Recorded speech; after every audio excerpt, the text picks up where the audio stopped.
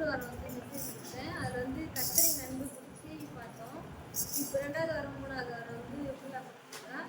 இப்போ ஆனால் ஃபெப்ரவரி நான் ஸ்கூலுக்கு போயிட்டு வந்தேன். ஆனால் இப்போ சொன்னால் ஆனால் எனக்கு முன்னாடி எடுத்து வச்சுருந்தேன். அதனால கர்த்தரின் அன்பு அதை குறித்து நம்ம பார்த்தா ஒரு புது கல்வி அதே அப்பா எங்களுக்கு அதிகமாக நல்ல பேர் அப்பா அந்த நேரத்தில் கூட அப்பா மட்டும் தந்தாவே நாங்கள் பாடுற ஜெபிக்க தந்த ஆராதனோடு நன்றி அப்பா எல்லாருக்கும் கதை எனக்கு பிரியப்பட்டு நாங்கள் விசுவாசிக்கிறோம்.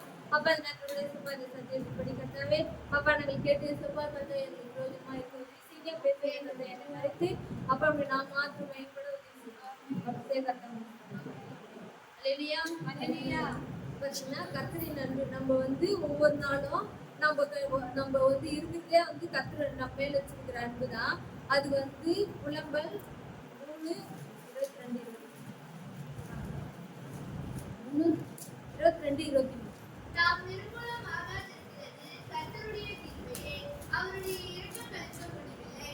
அவைகள் காலைதோறும் புதியவைகள், உமது உண்மை பெரிதாயிருக்கிறது. ஆமென்.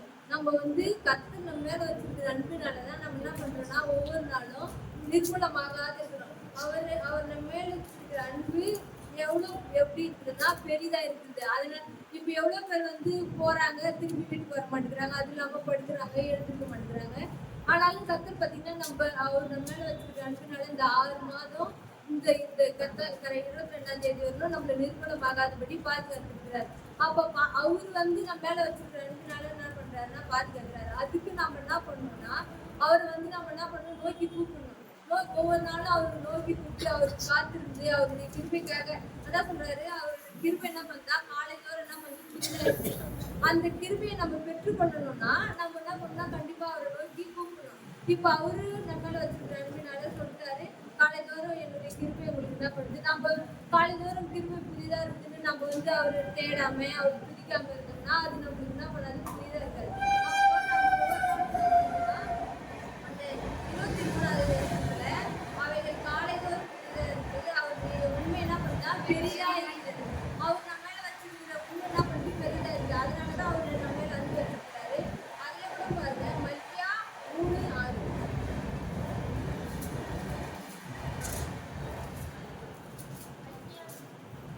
நான் கர்த்தர், நான் மாறாதவர். ஆகையால் யாக்கோபின் புத்திரராகிய நீங்கள் நிர்மூலமாகவில்லை. அவர் என்ன பண்றாருன்னா மாறாத மனுஷனுக்கு தான் வந்து ஒரு நேரம் அனுபவிச்சிருப்பாங்க, இன்னொரு நேரம் வந்து வெறுப்பா இருப்பாங்க. ஏன்னா நம்ம வந்து மனுஷன் அவர் வந்து என்ன பண்றாரு, மாறாதவரா இருக்கிறாரு. அதை அவருடைய கிருபை நம்மளுக்கு என்ன பண்ணுது, ஒவ்வொரு நாளும் பெரிதா இருக்குது. அதுக்கு நம்ம அதை பெற்றுக்கொள்ளணும்னா எரேமியா 33:3 நம்ம என்ன பண்ணணும்னா அவரை வந்து நோக்கி என்ன பண்ணணும், சூட் பண்ணணும். என்னை நோக்கி கூப்பிடு, அப்பொழுது நான் உனக்கு உத்தரவு கொடுத்து நீ அறியாததும் உனக்கு எட்டாததுமான பெரிய காரியங்களை உனக்கு அறிவிப்பேன். ஆமென். கர்த்தர் என்ன சொல்றாருன்னா அவருடைய கிருபை நம்ம பெற்றுக்கொள்ளணும்னா என்னை நோக்கி கூப்பிடு, அப்பொழுது நான் உனக்கு உத்தரவு கொடுத்து நீ அறியாத. நம்ம வாழ்க்கையில கூட நம்ம ஒவ்வொரு நாளும் அவர் கிருபை வச்சிருக்காரு. அதை வந்து நம்ம அனுபவிக்கணும்னா நம்ம என்ன பண்ணுவோம், எப்பயுமே நம்ம எதிர்பார்த்துக்க மாட்டோம். இந்த காரியம் நம்ம அறிஞ்சிருக்க மாட்டோம், இது நம்ம வாழ்க்கையில நடக்கும் அப்படின்னு சொல்லிட்டு. அதெல்லாம் நம்ம என்ன பண்ணுவாருன்னா நம்ம வாழ்க்கையில ஒவ்வொரு நாளும் என்ன பண்றாருன்னா இப்போ நான் உதாரணத்துக்கு கால் வலிக்குதுன்னு சொன்னா நம்ம எசுப்பா சோதனை சொன்னாலே அந்த கால் வலி சரியா போயிடும். ஏன்னா அவர் வந்து என்ன பண்றாருன்னா நம்ம எட்டாததும் நமக்கு அறியாததுமான பெரிய காரியம், சின்னதுக்காக கூட இல்லை, எல்லா காரியங்களும் எல்லாத்தையும் நம்ம என்ன பண்ணுவாருன்னா அவர் நம்ம மேல வச்சிருக்க அன்பினால்தான் சொல்றாரு. அவரை நம்ம என்ன பண்ணணும்னா வெறும் நோக்கி கூப்பிடணும். எசப்பா நீங்க இது நல்லது செய்யுங்க. நம்ம எல்லா சூழ்நிலையும் நம்மளுடைய வாயில் வந்து அதான் எரிகோ கோட்டைகளும் சோத்திரத்தினாலதான் இடிஞ்சு விழுந்துதான். அது மாதிரி நம்ம ஒவ்வொரு நாளும் சோத்திரம் சொல்லி அவருடைய நாமத்தை மகிமைப்படுத்தி எசுப்பா நீங்க காலையில ஒரு கிருபை எங்களுக்கு வச்சிருக்கீங்க, நீங்க அன்பு எங்க மேல வச்சிருக்கீங்க, நம்ம ஒவ்வொரு நாளும் சொல்லிட்டு தான் இருக்கோம். இன்னும் கூட நம்ம நினைச்சு பார்த்தோம்னா இந்த 6 மாசத்துல கர்த்தர் நம்மள எவ்வளவு பலவீனம் வந்தாலும் எவ்வளவு நல்லவரா இருந்து நம்மளை பாதுகாத்து கண்ணீர் மணி போல பாதுகாத்து வர்றாரு. அது நம்ம ஒரு நிமிஷம் நினைச்சோம்னாலே நம்ம என்ன பண்ணுவோம்னா அவர்கிட்ட இன்னும் தான் சேருவோம். நம்ம அவரு சேரும் போது அப்போ நம்ம நினைச்சு பார்க்கணும். ஒரு நாளும் இது காலையில இருந்து நைட்டு தூங்குறப்பைக்கு நான் கூட தூங்குறப்ப நினைப்பேன் எவ்வளோ நம்மள கர்த்தர் என்ன பண்றாருன்னா நன்மையினால ஒவ்வொரு நாளும் நம்ம நினைச்சு பார்க்காத அளவுக்கு நம்மள வச்சிருக்காரு. அப்போ நம்ம அடுத்த நாள் இன்னும் பூஸ்டா நம்ம என்ன பண்ணணும்னா அவர் நோக்கி கூப்பிடும்போது தான் கர்த்தர் அந்த நாள் கூட என்ன பண்ணுவாருன்னா அறியாததும் எட்டாவது பெரிய காரியங்களை அவர் செய்யறதுக்கு வல்லவரா இருக்கிறாரு. அதை நம்ம ஒவ்வொரு நாளும் நம்ம என்ன பண்ண நினைச்சு பார்க்கிறோம். இன்னும் இன்னும் இப்போ நம்ம எல்லாருக்குமே தெரிஞ்சதானே தெரியும் தான் வசனத்துல. ஆனா எதுக்கு கேட்கிறோம், எதுக்கு பார்க்கறோம்னா இன்னும் நம்ம வந்து ஒரு நாள் அவருடைய அன்புல வச்சுக்கிறதுக்கு அதை பத்தி நம்ம புதிதாக்குறதுக்கு தான் கேட்கிறோம். அப்ப அது நம்ம நோக்கி போகும்போது கர்த்தர் என்ன பண்ணுவாருன்னா நம்மளுக்கு அறியாதது எட்டாவது பெரிய காரியங்களை செய்வாரு. அதுலயே கூட 33:6 கூட பாருங்க. இதோ நான் அவர்களுக்கு சௌக்கியமும் ஆரோக்கியமும் வரப்பண்ணி அவர்களை குணமாக்கி அவர்களுக்கு பரிபூர்ண சமாதானத்தையும் சத்தியத்தையும் வெளிப்படுத்துவேன். என்ன பண்றாருன்னா அவர் நோக்கி கூப்பிடும்போது கர்த்தர் என்ன பண்ணுவாருன்னா குணமாக்கி எல்லா வித சூழ்நிலையிலையும் குணமாக்கி அவருடைய பாதுகாத்து சௌக்கியத்தையும் ஆரோக்கியத்தை என்ன பண்ணுவாருன்னா வர வைப்பாரு. அந்த 6லயே கூட என்ன பண்ணுவாரு, சத்தியத்தை குணமாக்குறது மட்டும் இல்ல, அவருடைய சத்தியத்தை இப்ப நம்ம வந்து சத்தியத்தை மத்தவங்களுக்கு இப்போ நம்ம எல்லாம் இப்ப குறிப்பா நான் வந்து கூட இப்போ பெவ்வாக்கா கொடுத்து வச்சிருந்தேன்னா அவளுக்கு மார்க் நல்லா வரணும். ரிசல்ட் வந்ததுக்கு அப்புறம் நான் வந்து 413 கம்மியா இருக்குது, இன்னும் கொஞ்சம் எடுத்துக்கலாமே. ஆனா அந்த ஸ்கூலுக்கு போனப்பதான் தெரிஞ்சு இவ கூட இருக்கிற பசங்கலாம் 300 சில்லற 300 அப்படி எடுத்துக்காம. அந்த நேரத்துல கூட நான் தான் அப்ப பெவ்வாங்க போக சொன்னாரு, இவங்க இதுலயே பெவ்வா நல்ல மார்க் எடுத்துருக்குது. எங்க சொந்தக்காரங்க கூட சொன்னாரு, கர்த்தர் பாராட்டின தேவைக்காக நீ ஸ்தோத்திரம் சொல்லு, சகல உபகாரங்களுக்காக நன்றி சொல்லு. நம்ம ஆனா நான் வந்து அவ்வளவு நல்லா படிச்சு இல்ல, அது கேட்கறது சொல்ற அளவுக்கு. அவங்க அப்பாவும் நல்லா படிச்சல. அப்போ நான் அது கத்து கொடுத்த நாளதுனால இவ்வளவு மார்க் எடுத்துருக்கேன். அப்போ நம்ம என்ன பண்ணணும்னா அதான் கத்து நம்ம அறியாதது எட்டாவது பெரிய காரியங்களை செய்யும் போது சோர்ந்து நம்மளுடைய எண்ணம் நம்மளுடைய ஏக்கம்னா எப்பவுமே பெருசாதான் இருக்கும். ஏன்னா நம்ம மனுஷனுக்குமா இருக்கிறோம். ஆனா கர்த்தர் வந்து நல்லதுதான் செய்வார். அப்படி ஒன்றும் ரொம்ப கம்மியா அதுதான் நம்ம பாக்குறப்ப வெளியில போனாதான் 4 பேரை நம்ம கம்பேர் பண்றப்பதான் கர்த்தர் நம்மளை எந்த அளவுக்கு உயர்த்தி வச்சிருக்காருன்னு தெரியும்.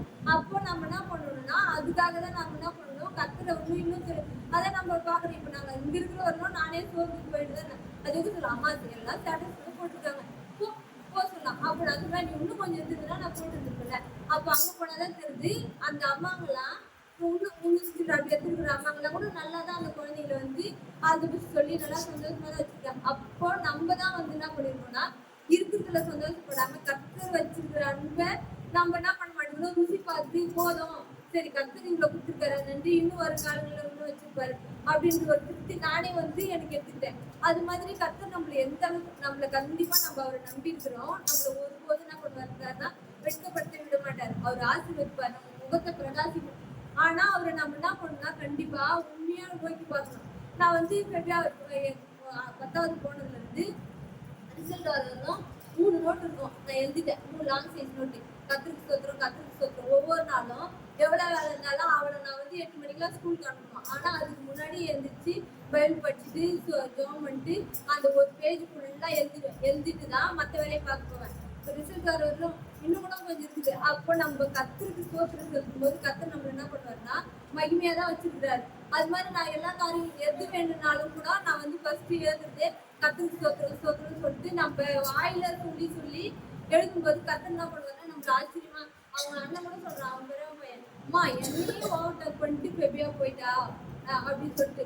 கத்தர் பார்த்தீங்கன்னா அதான் அவங்களாம் கூட படிச்சிருக்காங்க. நான் படிக்காம இருந்தாலும் கத்தர் என்ன பண்றாருன்னா நம்மள மகிமையா ஆசீர்வாதமா வச்சிருக்க. இதை நினைச்சு நம்ம கர்வம் பண்ணாதபடி கத்தருடைய சமூகத்துல இன்னும் நம்மளை தாழ்த்தி எப்படிங்கும் போது வருகிற காலங்களில நம்மளுடைய பிள்ளைகள் கூட நல்ல முறையில வளர்த்து கத்தருடைய செய்வாரு. அதான் அவர் வந்து நம்மளை குணமாக்கி அவருடைய சத்தியத்தை என்ன பண்ணுவாரு வெளிப்படுத்துவாரு.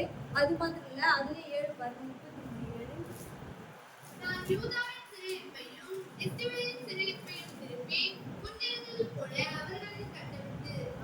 கத்தர் பாத்தீங்கன்னா இதுல என்ன பண்றாருன்னா ஃபர்ஸ்ட் குணமாக்கி அது வந்து சத்தியத்தை வெளிப்படுத்துறாரு. அது மாதிரி இல்ல நம்மளுக்குள்ள அந்த கட்டு நம்மளுக்குள்ள எந்த விதமான பிரச்சனை போராட்டம் பலவீனம் இருந்தாலும் அந்த கட்டுகள் எல்லாவற்றையும் மாற்றி நம்மள என்ன பண்ணுவாரு வருகிற காலங்களில சுகமா வைக்கக்கூடிய உதவி செய்வாரு. அதுல எடுத்து பாருங்க. அவர்கள் எனக்கு விரோதமாய் குற்றம் செய்த அவர்களுடைய எல்லா அக்கிரமங்களுக்கும் அவர்களை நீங்கள் அத்தி சுத்திகரித்து அவர்கள் எனக்கு விரோதமாய் குற்றம் செய்து எனக்கு விரோதமாய் துரோகம் பண்ணின அவர்களுடைய எல்லா அக்கிரமங்களையும் மன்னிப்பேன். ஆமே.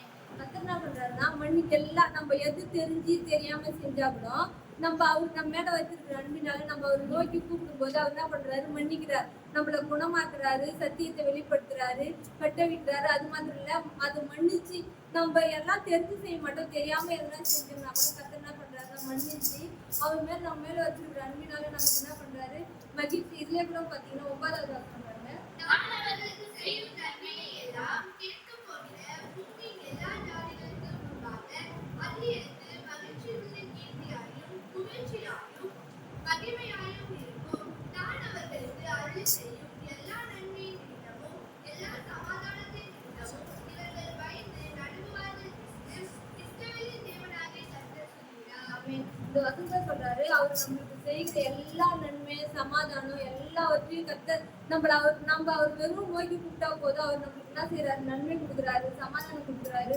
மகிழ்ச்சி அளிக்கிறாரு.